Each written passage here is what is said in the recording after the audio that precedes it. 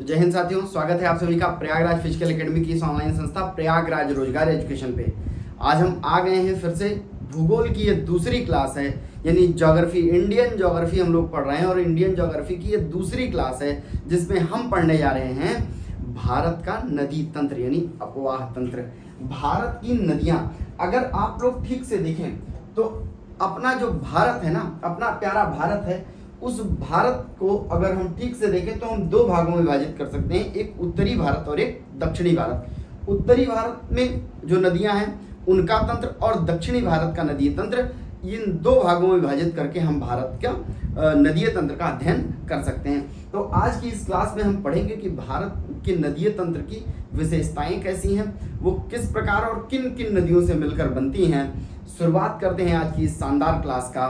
और आप देख रहे हैं कि किस तरह से हम लोग टॉपिक वाइज एक एक टॉपिक लेकर के और कंप्लीट तरीके से, जहां रिवीजन के साथ साथ एक कंप्लीट डिस्कशन भी हो रहा है, ऐसी क्लास लेकर के आए हैं। ना कि सिर्फ कुछ क्वेश्चन को लेकर के हम लोग टारगेट कर रहे हैं, क्योंकि कोई ऐसा नहीं है कि अगर 10-15 क्वेश्चन एक ही टॉपिक से पढ़ा दिए जाएं तो वही प्रश्न आ जाएं, क्योंकि मैप के माध्यम से ही ज्योग्राफी पढ़नी चाहिए। इसलिए पहले पेज पे ही हम पूरा कंप्लीट लेकर के आ गए हैं, इंडिया का मैप आप लोग देख रहे हैं। और जो दूसरा पेज है हमारा, वो आपको ये बताएगा कि इंडिया का जो अपवाह तंत्र है वो किस तरीके से काम करता है, इंडियन ड्रेनेज सिस्टम है वो किस बेस पे काम करता है। तो शुरू करते हैं आज की इस क्लास को।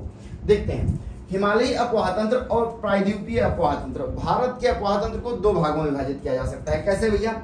एक तो जो उत्तर भारत का है, क्या है भैया? उत्तर भारत का यानी कर्क रेखा के ऊपर वाला, कर्क रेखा के ऊपर वाला, कर्क रेखा के ऊपर वाले भाग में तीन नदीय तंत्र हैं, तीन प्रमुख नदियों के तंत्र हैं। एक सिंधु नदी तंत्र है जो कि जम्मू कश्मीर और इस वाले क्षेत्र में है, पूरा पाकिस्तान में पड़ जाता है।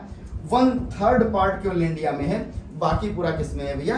पाकिस्तान में। 1/3 पार्ट इंडिया के पास है, बाकी पार्ट पाकिस्तान के पास है।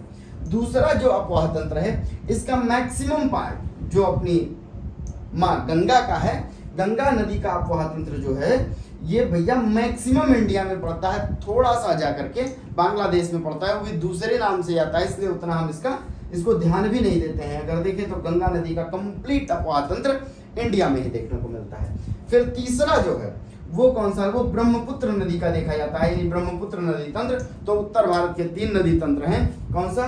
सिंधु नदी तंत्र, गंगा नदी तंत्र और ब्रह्मपुत्र नदी तंत्र। इसी तरीके से प्रायद्वीपीय अपवाह तंत्र जो है, तो कर्क रेखा से नीचे वाले जितने राज्य हैं या नीचे का जो भारत का क्षेत्र है वहां पे प्रायद्वीपीय अपवाह तंत्र मिलता है। और प्रायद्वीपीय अपवाह तंत्र में तीन प्रमुख नदियां हैं, एक तो नर्मदा है, दूसरा ताप्ती है और तीसरा महानदी है। इसके साथ गोदावरी है, कृष्णा है, कावेरी है। इस तरीके से दक्षिण का अपवाह तंत्र भी मिलकर बनता है। अब शुरू करते हैं। जो ऊपर आप देखने को पाएंगे वो है कौन सा? धौली गंगा। एक तो जब आप उत्तराखंड में जाएंगे, अभी हम गंगा नदी तंत्र पढ़ने जा रहे हैं, तो गंगा नदी जब गंगा निकलती है तो शुरुआत में ही 5 प्रयागों का निर्माण करती है, जिसमें से 4 प्रयाग सर्वाधिक महत्वपूर्ण हैं जो उत्तराखंड में पड़ते हैं। पहले उसकी चर्चा हम लोग कर लेते हैं। अगर देखें तो दो नदियां हैं, धौली गंगा और विष्णु गंगा।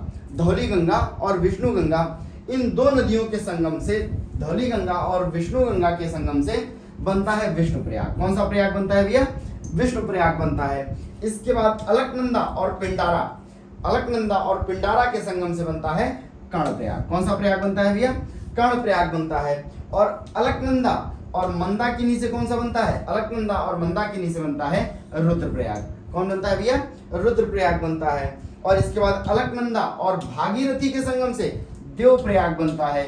और इसी के बाद से भागीरथी ही आगे कंटिन्यू होती हैं, जो आपका हरिद्वार और ऋषिकेश पहुंच करके गंगा के नाम से जानी जाती हैं, यानी भागीरथी।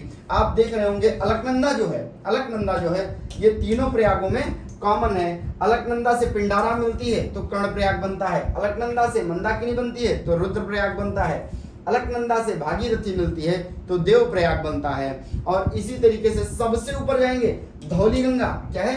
धौली गंगा। ये बहुत, इसका पानी बहुत मटमैला है, इसलिए इसे क्या कहते हैं? धौली गंगा कहते हैं। और विष्णु गंगा से मिलकर के क्या बनता है?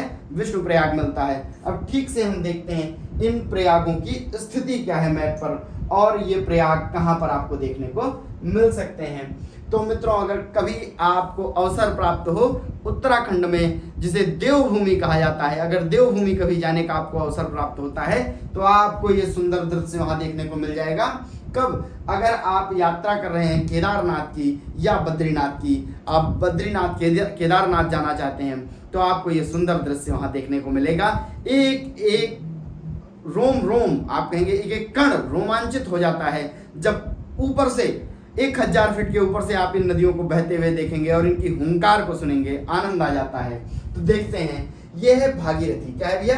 भागीरथी है। और अलकनंदा, मैंने बताया भागीरथी और अलकनंदा जब मिलती हैं तो यहाँ पर कौन से प्रयाग का निर्माण होता है? ये देव प्रयाग का निर्माण होता है। किसका होता है?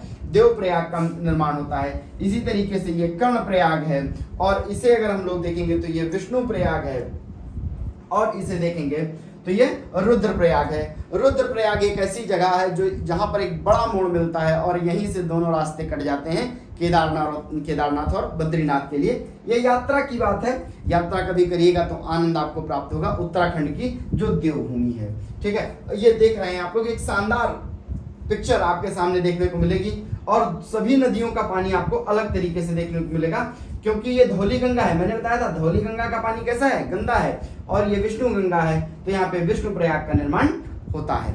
चलते हैं आगे और देखेंगे कि गंगा नदी अब किस तरीके से अपना अफवाह शुरू करती है, अपना तंत्र किस प्रकार से शुरू करती है।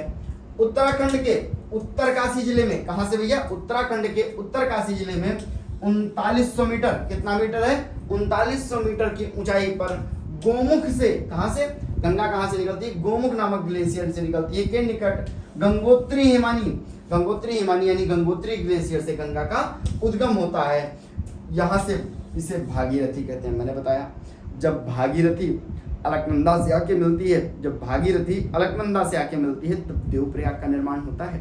उसके पहले अलकनंदा ही यह जगह आपको देखने को मिलेगी, और अलकनंदा जब देवप्रयाग में मिल जाती है किससे? भागीरथी से, तो वहीं से भागीरथी ही आगे कंटिन्यू होती है। कब तक?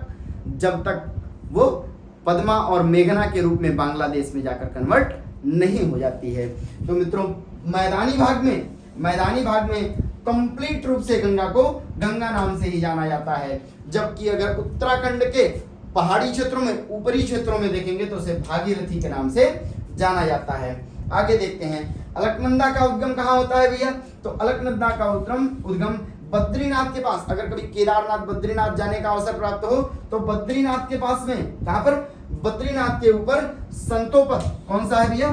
संतोपथ हिमानी है, जिसे अलकापुरी हिमनद भी कहते हैं। क्या कहते हैं? अलकापुरी से निकलती हैं अलकनंदा, और ये कहां पे है? जो ये संतोपथ हिमनद है अलकापुरी के पास में, वहीं से अलकनंदा निकलती हैं। धौली और विष्णुगंगा धाराओं से मिलकर बनती हैं। ये किससे मिलती हैं? धौली, अब मैंने बताया था विष्णु प्रयाग जो है, विष्णु प्रयाग में कौन कौन मिलता है? धौली गंगा मिलती है। कौन मिलती है? धौली गंगा और विष्णु गंगा। तो धौली गंगा विष्णु गंगा मिलकर के क्या बनाती हैं? विष्णु प्रयाग बनाती हैं, और वहीं से निर्माण होता है किसका? अलकनंदा का। किसका निर्माण होता है? अलकनंदा का निर्माण होता है, जो जोशीमठ या विष्णु प्रयाग में मिलती हैं। कहाँ मिलती हैं? जोशीमठ या विष्णु प्रयाग में मिलती हैं। आगे देखेंगे तो समझ में आएगा कि ये क्या है। सर ये क्या है? इसे ही गोमुख के नाम से जानते हैं। किसके नाम से जानते हैं? गोमुख ग्लेशियर है, गाय के मुख के समान एक ग्लेशियर है, इसे क्या कहते हैं? गोमुख ग्लेशियर कहते हैं। और ये देखिए अपना भारत का तिरंगा भी यहाँ तक लोग पहुंच ही गए हैं। ठीक है, यहीं से गंगा का उद्गम होता है, गंगा यहीं से निकलती हैं। और चूंकि हरिद्वार के बाद से, ये हरिद्वार ऋषिकेश का सीन है, हरिद्वार से ही गंगा मैदानी भागों में प्रवेश करती है। और अगर कभी हरिद्वार गए हो आप तो आपको पता है जब नदी अपने पूरे वेग के साथ पर्वतों से नीचे उतरती है तो उसका वेग, उसकी स्पीड कितनी ज़्यादा होती है वो आपको बहुत अच्छे से हरिद्वार में देखने को मिल जाएगा। कभी हर की पैड़ी में स्नान करके देखिए, गंगा का बहाव आपको पता चल जाएगा। क्योंकि गंगा जब ऊपर से उतरती है, कहाँ से? हिमालय से उतरती है, तो उसके पास सबसे बड़ी चीज़ जो होती है वो क्या होती है? उसके जल में सर्वाधिक बहाव होता है, जो प्रवाह होता है। उसी के कारण उत्तराखंड में बहुत से बांधों का निर्माण किया गया है, जिसके द्वारा बिजली उत्पन्न की जाती है। वो एक बहुत बड़ा रिसोर्स के रूप में देखा जाता है। अब गंगा नदी के बारे में थोड़ा सा और जानते हैं। अलकनंदा की एक अन्य सहायक नदी है जिसे क्या कहते हैं, पिंडारा कहते हैं। क्या कहते हैं, पिंडारा कहते हैं, जो कर्णप्रयाग में मिलती है। पिंडारा कहाँ मिलती है भैया, कर्णप्रयाग में मिलती है। अलकनंदा में महसीर नामक मछली पाई जाती है। ध्यान दीजिएगा, ये महसीर नामक मछली अगर आपसे स्पेसिफिक पूछ लिया जाएगा कौन सी नदी में मिलती है तो आप कंफ्यूज हो जाएंगे। कहाँ मिलती है, अलकनंदा में मिलती है। इसका निवास नदी के निचले हिस्से में होता है। कहाँ भैया, ये नदी के निचले हिस्सों में पाई जाती है। कौन सी, ये महसीर मछली। लेकिन ये अंडा देने के लिए कहाँ चली जाती है, ऊपर चली जाती है, पर्वतीय क्षेत्रों में और ऊपर चली जाती है, वहां अंडे दे करके फिर वापस चली जाती है। तो निवास कहाँ है इसका, निचले क्षेत्रों में है, लेकिन अंडा देने के लिए कहाँ चली जाती है, ऊपर चली जाती है। अलकनंदा एवं मंदाकिनी, अलकनंदा एवं मंदाकिनी, और मंदाकिनी को ही क्या कहते हैं, काली गंगा कहते हैं। याद रखिएगा, मंदाकिनी को ही क्या कहते हैं, काली गंगा कहते हैं, के संगम पर स्थित है रुद्रप्रयाग। तो या तो आप कहिए कि अलकनंदा, क्या अलकनंदा और मंदाकिनी, अलकनंदा और मंदाकिनी मिलकर के बनाते हैं रुद्रप्रयाग, या तो आप कहिए अलकनंदा और काली गंगा मिलकर के बनाते हैं रुद्रप्रयाग। एक नए प्रयाग का निर्माण यहाँ पर आपको देखने को मिल जाता है। आगे चलते हैं, अब देखेंगे, ये देखो भैया, जिस महसीर मछली की चर्चा हुई है वो यही वाली मछली है, यही वाली मछली है। और ये तैर करके ऊपर तक निकल जाती है, नीचे तो रहती है किस लिए, अपना निवास स्थान बना रखी है, और ऊपर जाती है तो ये किस रूप में, अंडे देने के लिए ऊपर चली जाती है। गंगा नदी, गंगा नदी का नाम देवप्रयाग के बाद पड़ता है। कहाँ के बाद, अगर पूछा जाए गंगा कहाँ से जानी जाती है तो देवप्रयाग के बाद से गंगा नदी का नाम देवप्रयाग के बाद पड़ता है, जहां अलकनंदा एवं भागीरथी आपस में मिलती हैं। गंगा हरिद्वार के निकट मैदानी भागों में प्रवेश करती है। मैंने आपको बता दिया है, हरिद्वार के पास से गंगा क्या करती है, मैदानी भागों में प्रवेश करती है। यहां से पहले दक्षिण की ओर और फिर दक्षिण पूर्व की ओर बहती है। पहले जब गंगा ऊपर से निकलती है ना तो दक्षिण की ओर आती है। कैसे आती है, दक्षिण की ओर आती है, दक्षिण की ओर आती है, और दक्षिण की ओर आती हुई फिर दक्षिण पूर्व की तरफ बहुत तेजी के साथ नीचे उतरती है। तो पहले तो दक्षिण की तरफ आएगी, फिर दक्षिण पूर्व की ओर चलती है। गंगा नदी बांग्लादेश में, कहाँ पे भैया, बांग्लादेश में किस नाम से जानी जाती है, पद्मा के नाम से जानी जाती है। इंपॉर्टेंट बात है, अगर पूछा जाए गंगा को बांग्लादेश में क्या कहते हैं तो पद्मा के नाम से जानी जाती है। ब्रह्मपुत्र नदी बांग्लादेश में जमुना के नाम से जानी जाती है। किसके नाम से जानी जाती है, जमुना के नाम से जानी जाती है। और पावना के पूर्व में गोलुंडो घाट के पास पद्मा से मिलती है। तो पावना जो है ये कहाँ मिलती है, ये गोलुंडो घाट के पास पद्मा से मिलती है। और पद्मा से मिलते ही जो इसकी संयुक्त धारा होती है, क्या के पास पद्मा से मिलती है, और इसकी सम्मिलित धारा को क्या कहते हैं, पद्मा ही कहते हैं। क्या जमुना और पद्मा ये दोनों जब मिल जाती हैं तो इन दोनों को पद्मा ही कहते हैं। तो बांग्लादेश में जो ब्रह्मपुत्र है, ब्रह्मपुत्र को किस नाम से जानते हैं भैया, ब्रह्मपुत्र को किस नाम से जानते हैं, जमुना के नाम से जानते हैं। और बांग्लादेश में गंगा को किस नाम से जानते हैं, पद्मा के नाम से जाने जाते हैं। और जब ये दोनों मिल जाती हैं कहाँ पे, गोलुंडो घाट के पास, तो ये मिल करके क्या बनाती हैं, पद्मा ही बनाती हैं। आगे पद्मा के नाम से ही आगे कंटिन्यू होती हैं। थोड़ा सा गंगा नदी का अगर आप तंत्र जो भी आपने ऊपर पढ़ा उसको एक बार देख भी लें तो बहुत ही आनंद आने वाला है। गंगा नदी अगर देखें तो ये कहाँ से निकलती है, ये बंदरपूछ के पास से यमुना निकलती है, और उसके ऊपर उसी के पास से गंगोत्री ग्लेशियर से गंगा निकलती है। देखिए पहले दक्षिण की तरफ जा रही है और फिर दक्षिण पूर्व की तरफ बहुत तेजी के साथ ढलान बनाते हुए कहाँ आती है, एक तो हुगली होते हुए कहाँ बंगाल की खाड़ी चली जाती है, और दूसरा इधर चली जाती है जो जाकर के किसे, जमुना से मिलकर के पद्मा बन जाती है। क्या बन जाती है, जमुना से मिलकर के पद्मा बन जाती है। और ये कुछ इस तरह से आकर बांग्लादेश में एंट्री कर जाती है। अब गंगा की कुछ सहायक नदियां हैं जिनको देख लीजिए, महत्वपूर्ण है। अगर गंगा को ठीक से देखा जाए तो गंगा के ही पैरेलल चलती है कौन, यमुना। और यमुना गंगा की सबसे लंबी सहायक नदी है जो प्रयागराज में यानी इलाहाबाद में आकर के किससे मिल जाती है, गंगा से मिल जाती है। अब गंगा में जो गंगा की सहायक नदियां हैं, क्योंकि यमुना गंगा की ही सहायक नदी है इसलिए यमुना की सहायक नदियों को भी गंगा में ही ऐड कर लिया जाता है, गंगा की ही अपवाह तंत्र के रूप में जाना जाता है। तो यमुना में सबसे पहले मिलती है इंदौर से निकल करके आती है चंबल। कौन आती है? चंबल। फिर बेतवा, फिर केन।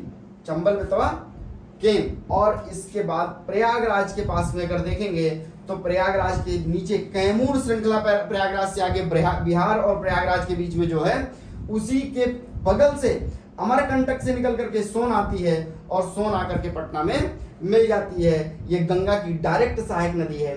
और इसी तरीके से गोमती, गोमती किस झील से मिलती है? गोमती अगर देखेंगे तो फुलहर झील से निकलती है, उत्तर प्रदेश के पीलीभीत जिले से। उत्तर प्रदेश के पीलीभीत जिले से गोमती निकलती है। और कहां से? गोमत ताल से, जिसे फुलहर झील भी कहते हैं, से निकल करके आती है, गंगा से मिल जाती है। और इसके बाद गंगा की एक बड़ी सहायक नदी के रूप में अगर देखा जाए तो कोसी भी गंगा में मिलती है। और आगे चल करके फरक्का के पास गंगा दो भागों में विभाजित हो जाती है। गंगा जो पश्चिम बंगाल में होकर के नीचे जाकर के मिलती है, उसे हम लोग हुगली के नाम से जानते हैं। किसके नाम से जानते हैं? हुगली के नाम से जानते हैं। और वही गंगा आगे निकल करके किसके नाम से जानी जाती है? पद्मा के नाम से जानी जाती है, जो बांग्लादेश में जाकर के जब ये ब्रह्मपुत्र से मिल जाती है। किससे मिल जाती है? ब्रह्मपुत्र से मिल जाती है। ब्रह्मपुत्र जो है, ब्रह्मपुत्र का ब्रह्मपुत्र नाम केवल असम में ही है। जैसे वो बांग्लादेश में एंट्री करती है तो उसको जमुना के नाम से जाना जाता है। और जमुना और पद्मा की जो संयुक्त धारा है, उसे पद्मा के नाम से ही जाना जाता है। अगर देखा जाए तो आगे ये गंगा नदी का जो तंत्र था, ये कंप्लीट हुआ। आगे अगर हम देखेंगे तो आगे बहती हुई जब यह नदी चांदपुर के उत्तर में पहुंचती है तो मेघना के नाम से जानी जाती है। किसका नाम से जानी जाती है? मेघना। मेघना आकर के जब इसमें मिलती है चांदपुर के पास में, तो इसका नाम क्या हो जाता है? मेघना हो जाता है। मेघना के नाम से बहती हुई जल वितरिकाओं में बढ़ जाती है और समुद्र में मिल जाती है। मेघना की सहायक नदियां, अभी मेघना जब ऊपर से आती है तो मेघना की जो सहायक नदियां हैं, वो सबसे इंपॉर्टेंट नदी कौन सी है? बराक नदी है। बहुत ज्यादा पूछा वाला प्रश्न है कि बराक नदी किसकी सहायक नदी है? तो बराक मेघना की सहायक नदी है। और ये कहां से निकलती है? अगर बराक पूछा जाए निकलती कहां से, तो मणिपुर के माउंट जानपो से निकलती है। कहां से निकलती है? माउंट जानपो से निकलती है। कौन? बराक नदी। बस अब यहीं तक देखेंगे तो ये गंगा नदी का एक तंत्र था जो कंप्लीट हुआ। चल करके कहां से? गोमुख ग्लेशियर से चल करके, और गोमुख ग्लेशियर से चलते हुए और कहां तक जाता है भैया? गोमुख से चल करके बांग्लादेश तक जाता है। इसमें एक ये पॉइंट और ऐड हो गया था, तो जान लीजिए। दक्षिण भारत की नदियां हैं। गोवा में दो प्रमुख जो नदियां हैं, गोवा में जो दो प्रमुख नदियां बहती हैं, उसमें कौन कौन है? मांडवी और जुआरी है। कौन कौन सी नदी है? मांडवी और जुआरी है। ये पश्चिम की तरफ प्रवाह होने वाली नदियों के उदाहरण में से हैं, जो पश्चिम की तरफ बहती हैं, क्योंकि भारत में सारी नदियां पश्चिम से पूर्व की तरफ बहती हैं। कुछ ही नदियां हैं जो पूर्व से पश्चिम की तरफ बहती हैं, उनमें मांडवी और जुआरी भी है जो गोवा में बहती है। अब अगर ठीक से देखें तो इस पूरे चैप्टर में हम लोगों ने गंगा नदी का तंत्र कंप्लीट कर लिया है। गंगा नदी के साथ साथ हमने ब्रह्मपुत्र को बांग्लादेश में स्टडी कर लिया है। ब्रह्मपुत्र और सिंधु नदी को और दक्षिण भारत के अफवाह तंत्र को पढ़ेंगे हम लोग नेक्स्ट क्लास में। देखते रहिए प्रयागराज रोजगार education. Thank you so much.